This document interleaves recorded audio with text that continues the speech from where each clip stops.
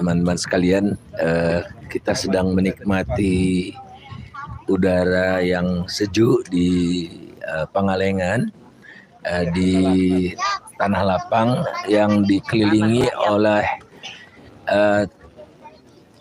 tanah yang tadinya secara hukum punya rakyat, dan Belanda datang mengelola tapi bayar sewa, tapi setelah merdeka dinasionalisasi, dirampas oleh negara, bukan untuk dikembalikan kepada rakyat, tapi rakyatnya jadi pekerja saja.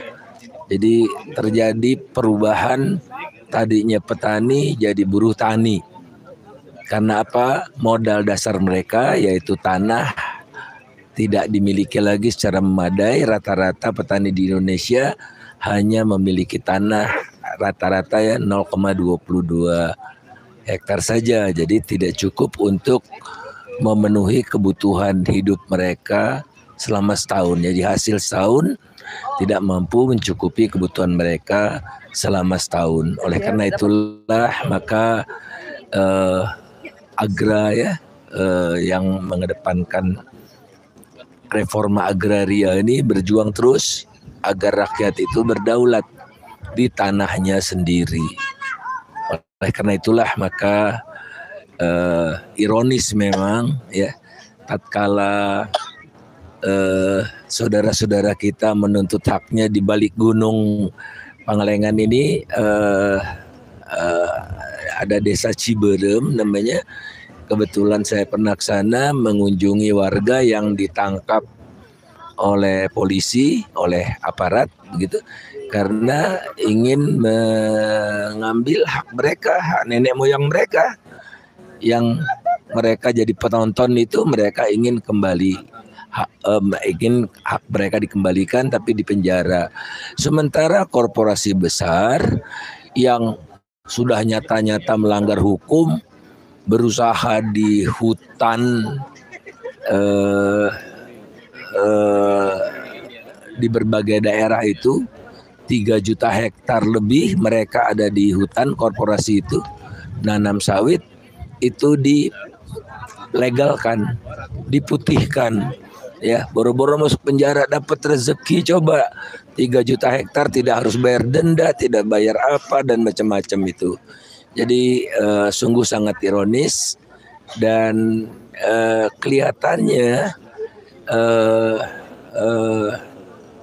ada pagar yang tinggi ya antara PTPN punya yang dikelola negara dengan rakyat, dipagari tinggi begitu ya. Tidak ada semacam program yang mengembalikan, memberdayakan kembali rakyat. Ingat, PTPN juga ada HGU-nya kan? Ada HGU-nya. Nah, HGU-nya sudah selesai diperpanjang udah berapa kali gitu. Harusnya udahlah, oke, ada HGU, kita tidak boleh melanggar hukum. Rakyat juga akan patuh hukum, tapi setelah HGU-nya selesai dikembalikan ke negara untuk didistribusikan kepada rakyat. Itulah hakiki dari agraria, reforma agraria itu. Itulah hakiki dari kita merdeka ya. Dan boro-boro tapi nasib petani itu lebih baik di alam penjajahan daripada di alam merdeka, karena di alam penjajahan mereka masih dihargai, hak mereka dikeluarkan sertifikatnya oleh penjajah itu, dan mereka membayar sewa penjajah itu. Oleh karena itulah saatnya petani bersatu, buruh bersatu ya, karena buruh dan tani itu kalau digabung lebih dari 2/3 rakyat Indonesia gitu ya. Kenapa? Kan buruh ya pekerja di kita kan ada 100 juta lebih, petani berapa? Jadi kalau digabung, nah oleh karena itulah teman-teman di mana-mana intensif untuk menyusun garis perjuangan,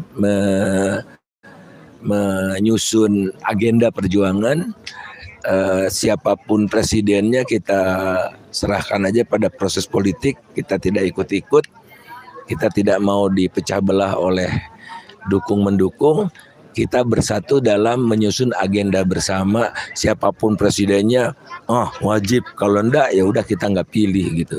Mungkin caranya seperti itu kayaknya sekarang. Ya syaratnya 2/3 itu bersatu. Ya, betul. Bisa bersatu. Bisa bersatu.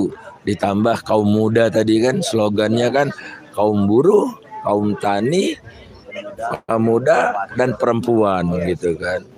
Kalau ini bersatu, insya Allah sebanyak ini di berbagai tempat akan bergaung, ya, akan bergaung, dan mudah-mudahan kita masih ada waktu beberapa bulan untuk memiliki satu agenda besar bersama gitu.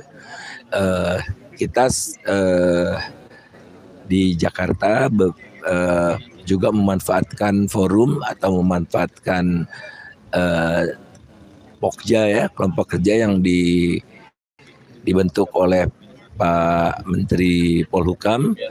Kebetulan saya ada di Pokja Agraria dan sumber daya alam gitu. Dan kemarin kita sudah menyerahkan rekomendasinya kepada Presiden minggu lalu, kepada Presiden, dan kita harus sampaikan juga rekomendasi ini kepada Presiden yang akan datang gitu ya. Saya itu kembali suasananya sedemikian sejuk, AC alamiah, patut kita syukuri, dan mereka menyumbang kepada penurunan emisi rumah kaca ya di sini luar biasa gitu. Nah, rakyatlah yang paling efektif untuk menjaga lingkungannya, karena rakyat tidak pernah mengabaikan lingkungannya, karena lingkungannya adalah sumber kehidupan mereka. Jadi jangan percayakan merawat lingkungan itu kepada korporasi besar yang ketamakannya tidak ada batasnya itu ya. Minta saat dikasih 1, minta 10, bukan minta 2, minta 10. Nah itulah ada omnibus, ada macam-macam ya. Jadi itu sementara yang bisa saya sampaikan. Terima kasih.